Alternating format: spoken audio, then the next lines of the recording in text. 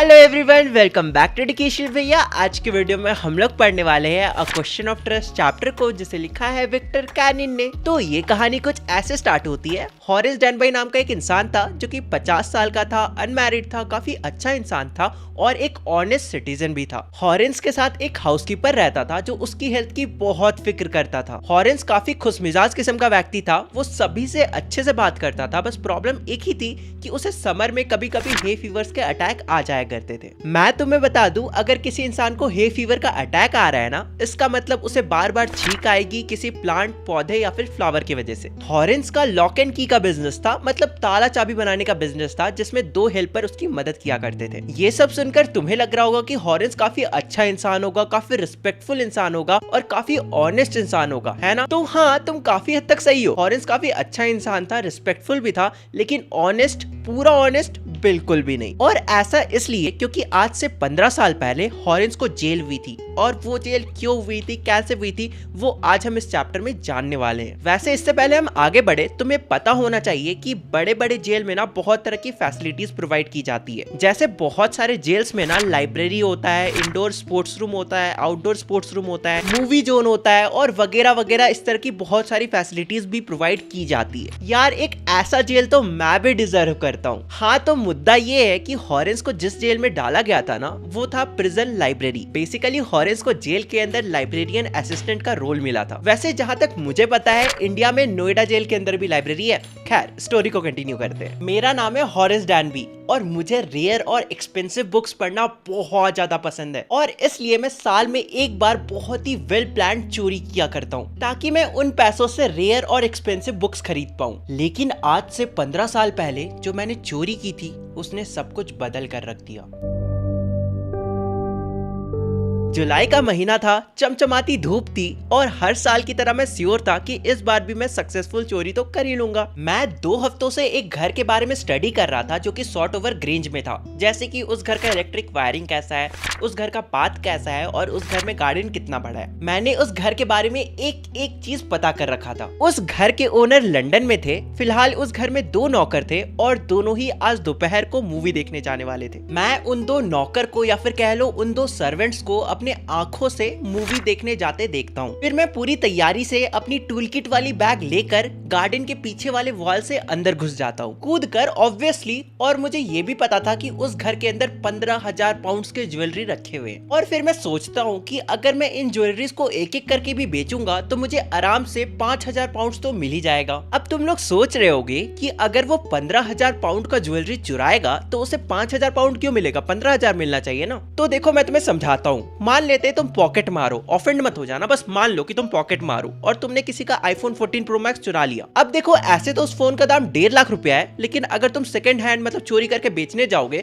तो तुम्हें सिर्फ 50-60 हजार रुपया ही मिलेगा ना। तो वैसे ही हॉरेंस भी अनुमान लगा रहा है कि उसे 15,000 पाउंड की ज्वेलरी को अगर वो बेचने जाएगा तो उसे 5,000 पाउंड तो मिल ही जाएगा। और इतने पैसों से वो आराम से इस बार ऑटम में आ रहे 3 इंटरेस्टिंग बुक्स को खरीद लेगा और मस्त एंजॉय करते हुए 1 साल तक उन बुक्स को पढ़ेगा। जब सर्वेंट्स जा रहे होते हैं, मैं ध्यान से उनको ऑब्जर्व कर रहा होता हूँ। वो लोग मेन गेट का चाबी लगाते हैं और किचन के डोर के ऊपर वाले हैंगर में उसे टांग देते हैं। मैं ग्लोव्स पहनता हूँ ताकि कोई फुटप्रिंट ना आए, वहां से चाबी निकालता हूँ और अच्छे से गेट को खोलकर उस घर के अंदर घुस जाता हूँ। हालांकि उस घर के किचन के अंदर एक छोटू सा प्यारा सा डॉग था जो मुझे देखकर भौं मतलब भौंकने लगता है। वैसे मुझे पता था कि डॉग्स को शांत कैसे करना है, बस उन्हें थोड़ा सा प्यार दिखाओ और प्यार से उनका नाम ले लो, वो शांत हो जाएंगे बस। इसलिए मैं उस डॉग का नाम लेता हूँ और कहता हूँ, ऑलराइट सेरी, बैठ जाओ। और वो जो डॉग होता है जिसका नाम सेरी होता है, वो वहाँ पर बैठ जाता है। मतलब कि बेसिकली वो जो डॉग होता है वो शांत हो जाता है। सेफ को ड्राइंग रूम में किसी पेंटिंग के पीछे छुपाया गया था, इसलिए हॉरेंस जब ड्राइंग रूम जाता है, वहाँ पर वो बहुत सारे पेंटिंग्स को, खूबसूरत खूबसूरत पेंटिंग्स को देखता है। तो वो एक पल के लिए सोचता है कि उसे बुक छोड़कर पेंटिंग्स चुराना चाहिए, लेकिन फिर वो सोचता है कि उसके रूम में, मतलब उसके घर में इतना जगह नहीं है कि वो इतने सारे पेंटिंग्स को रख पाएगा। इसलिए वो वहीं पर वो आइडिया को ड्रॉप कर देता है। उस रूम में एक टेबल था जिसमें ग्रेट बाउल्स ऑफ फ्लावर्स रखे हुए थे, बेसिकली फ्लावरिंग पॉट रखा हुआ था, जिसकी वजह से मुझे बार बार छींक आ रही थी। हालांकि मैं अपने छींक को इग्नोर करता हूँ और अपने बैग से उन टूल्स को निकालता हूँ जिसकी मदद से मैं सेफ को खोलने वाला था। हॉरेंस के पास चोरी करने के लिए 4 घंटे थे, क्योंकि 4 घंटे बाद वो जो सर्वेंट्स थे वो वापस आने वाले थे। हालांकि उसके लिए लॉक तोड़ना कोई बड़ी बात नहीं थी, क्योंकि उसका खुद का लॉक एंड की का बिजनेस था।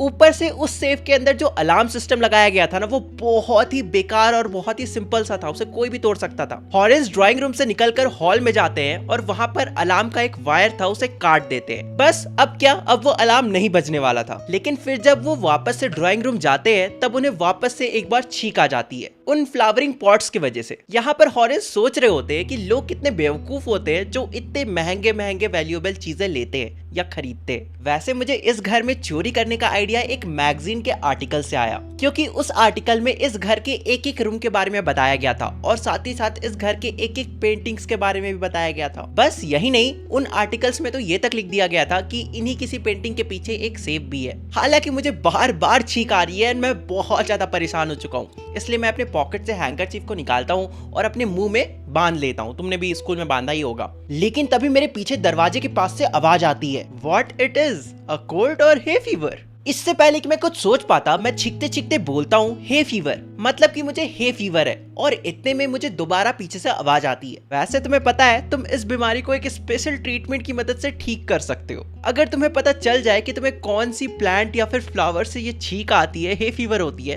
तो तुम इसे आसानी से ठीक कर सकते हो। मेरे अकॉर्डिंग तुम्हें डॉक्टर को दिखा लेना चाहिए, क्योंकि ऐसे तो तुम कहीं पर भी चोरी नहीं कर पाओगे। मैं इस घर के ऊपर वाले कमरे में थी एंड तुम्हारी छींक की वजह से मुझे नीचे आना पड़ा। और फिर मैं देखता हूँ कि एक बहुत ही जवान, हॉट, खूबसूरत, सेक्सी लड़की, देखो देखो कैसे लार टपक रहे तुम्हारे हवस के पुजारियों। खैर कंटिन्यू करते हैं। तो मेरे सामने एक खूबसूरत लड़की रेड कलर के ड्रेस में खड़ी होती है और सेरी जो डॉगी था वो अपने आप को उस लेडी के बॉडी में रगड़ रहा था प्यार से, बेसिकली ठरकी डॉगी था। इसके बाद वो लड़की थोड़ा सा आगे फायर प्लेस, मतलब कि उस रूम में जो चिमनी था ना, उसके पास जाती है और उस पे रखे डेकोरेटिव चीजों को अरेंज करने लगती है, फॉर एग्जाम्पल फ्लेमिंग कैंडल्स। और फिर वो डॉग को कहती है सिट डाउन सेरी, और फिर वो डॉग को सहलाते सहलाते स्माइल करते हुए कहती है कि वैसे तो सबको लग रहा होगा कि मैं 1 महीने के लिए बाहर गई हूँ, लेकिन मैं सही टाइम पर वापस आ गई। लेकिन मैंने कभी भी नहीं सोचा था कि आते के साथ ही मेरी मुलाकात एक बर्गलर से हो जाएगी। यहाँ पर बर्गलर का मतलब तुम लोग खाने वाला बर्गर मत समझ लेना। बर्गलर का मतलब होता है एक इंसान जो किसी के घर में जबरदस्ती घुस जाए, बेसिकली तुम चोरी समझ सकते हो। मैं नोटिस करता हूँ कि ये लड़की मेरे ऊपर भड़क नहीं रही है। इसका मतलब अगर मैंने इससे अच्छे से ट्रीट किया, मैं इससे अच्छे से बात करूंगा, तो हो सकता है ये मुझे वापस जाने दे दे। इसलिए मैं रिप्लाई करता हूँ और कहता हूँ कि हाँ, मुझे भी उम्मीद नहीं थी कि मैं इस घर के किसी मेंबर से मिलूंगा। हाँ, पर मैं तो आ गई ना। What a inconvenience. बहुत बुरा हुआ, लेकिन अब तुम क्या करने वाले हो? पहले तो मैंने सोचा था कि मैं यहाँ से भाग जाता हूँ। ऑफ कोर्स तुम भाग सकते थे, लेकिन मैं पुलिस को कॉल कर देती और तुम बाहर पकड़े जाते। नहीं, मैं जाने से पहले टेलीफोन वायर्स को कट कर देता और फिर उसके बाद जाने दो, नहीं बोल रहा। बस इतना ध्यान रखता कि तुम अगले कुछ घंटों तक कुछ भी नहीं कर पाते। देख रहे हो अकेली लड़की को देखकर क्या क्या सोच रहा है लौंडा। अरे जस्ट किडिंग, वो उस लड़की को बांध कर भागने के बारे में सोच रहा होगा। क्या यार तुम लोग भी, छी, कितनी गंदी सोच है तुम लोग की। मेरे को तो सोच कर भी शर्म आ रहा है एकदम। खैर चलो चैप्टर को कंटिन्यू करते हैं। मतलब मैं तुम लोग की सोच को और नहीं झेल सकता। क्या तुम मुझे हर्ट करने वाले थे? तुम मुझे चोट पहुंचाने वाले थे? मैं तो सिर्फ तुम्हें डराने की कोशिश कर रहा था। अगर तुम मुझे यहाँ से जाने दोगी तो अच्छा होगा। भूल जाओ कि मैं यहाँ पे आया था। मैं ऐसा क्यों करूं? अगर मैंने तुम्हें छोड़ दिया तो तुम कहीं और चोरी करोगे और सोसाइटी तुम जैसे चोरों से भर जाएगी, और मैं ऐसा बिल्कुल भी प्रिफर नहीं करूंगी। अरे नहीं, तुम गलत सोच रही हो। समाज को मुझसे डरने की कोई जरूरत नहीं है। मैं सिर्फ उन्हीं को लूटता हूँ जिनके पास बहुत अंधा पैसा होता है, और मेरा चोरी करने का वजह भी काफी अच्छा होता है। और यार मुझे जेल जाने की थॉट से भी बहुत डर लगता है। तुम्हें जेल से डर लगता है?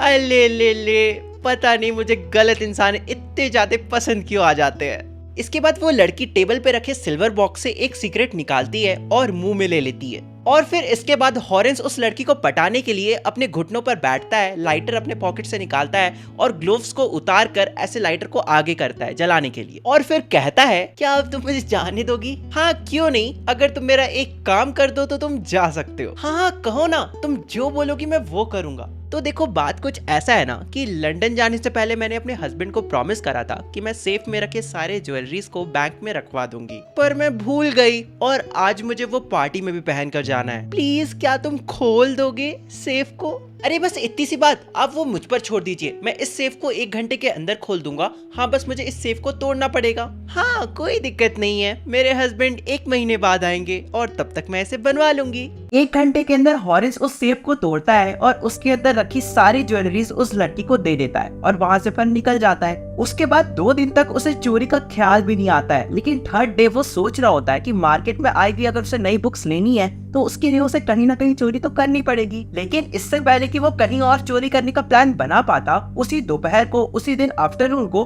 उसे पुलिस पकड़ कर ले जाती है। और पुलिस उसे इसलिए पकड़ के ले जाती है क्योंकि पुलिस को लगता है कि उसने शॉर्ट वर्क रेंज में सारी ज्वेलरीज की चोरी की है। अब तुम लोग सोच रहे होगे कि उसने तो ज्वेलरीज चुराया नहीं, उसने तो सारे ज्वेलरीज को निकाल कर उस लड़की को दे दिया, और वो लड़की तो उस घर की ओनर थी ना। तो देखो मेरे दोस्त, यहाँ पर बहुत बड़ा ट्विस्ट है। वो जो लड़की थी ना, वो उस घर की ओनर नहीं थी, वो आई भी दूसरी चोर थी जो सेम डे उसी घर में चोरी करने वाली थी जिस दिन हॉरेंस डैड भाई उस घर में चोरी करने आया था। तो इसलिए जब उस लड़की ने हॉरेंस को वहाँ पर देखा तो उसने सोचा कि क्यों ना इसे चारा बना लिया जाए। और क्योंकि हॉरेंस ने उस लड़की को पटाने के लिए अपने ग्लोव्स को खोलकर उस लड़की का सिगरेट को लाइटन अप किया और फिर उस लड़की को उस घर का ओनर समझकर अपने नेकेड हैंड से, मतलब बिना ग्लव्स पहने, उस तिजोरी को खोला। उसकी वजह से हॉरेंस की फिंगरप्रिंट पूरी तिजोरी में और पूरी रूम में आ गई। हॉरेंस ने पुलिस को पूरी स्टोरी बताई, लेकिन कोई भी उसकी बात को मानने को तैयार ही नहीं था। और एक्चुअल में जो उस घर की ओनर थी ना, वो एक्चुअली में एक 60 साल की ग्रे हेयर वाली बुढ़ी थी। और फिर इसके बाद से हॉरेंस उस जेल में असिस्टेंट लाइब्रेरियन है और हमेशा से वो उस लड़की के बारे में ही सोचते रहता है। और फिर इसके बाद अगर कोई भी हॉरेंस के सामने आकर चोर चोर मोसेरा पे वाला डायलॉग बोलता है तो उसे बहुत गुस्सा आता है। वो सोचता है घंटा, चोरों में कोड ऑफ कंडक्ट जैसा कोई चीज नहीं होता, क्योंकि अगर चोरों में कोड ऑफ कंडक्ट जैसा कोई चीज होता तो वो जो लड़की होती वो उसे उल्लू बनाकर नहीं भागती। और इस तरह से ये जो तुम्हारा प्यारा सा मस्त चैप्टर है वो खत्म होता है। अब देखो मेरी बात को ध्यान से सुनना, मैं पिछले 3 साल से नहीं, एक्चुअली 4 साल से गोल्डन प्ले बटन को अपने हाथों में उठाना चाहता हूँ, लेकिन तुम लोग सब्सक्राइब ही नहीं कर रहे हो। तुम्हें पता है मेरी वीडियोस को जितने लोग रेगुलरली देखते हैं उसमें से सिर्फ 20% लोग सब्सक्राइब करते हैं। अगर 80% लोग एक बार में सब्सक्राइब कर देते हैं तो सिर्फ एक ही दिन में मेरे 1 मिलियन हो जाएंगे, एंड उसके बाद मैं गोल्डन प्ले बटन को अपने हाथों में उठा पाऊंगा। तो प्लीज यार सब्सक्राइब कर दो प्लीज, आई रिक्वेस्ट यू। मजाक कर रहा था, नहीं मतलब एक्चुअली सीरियस था, मतलब तुम्हारी मैजिक करना है तो कर दो, ठीक है मैं जा रहा हूँ बस, बाय बाय बाय बाय।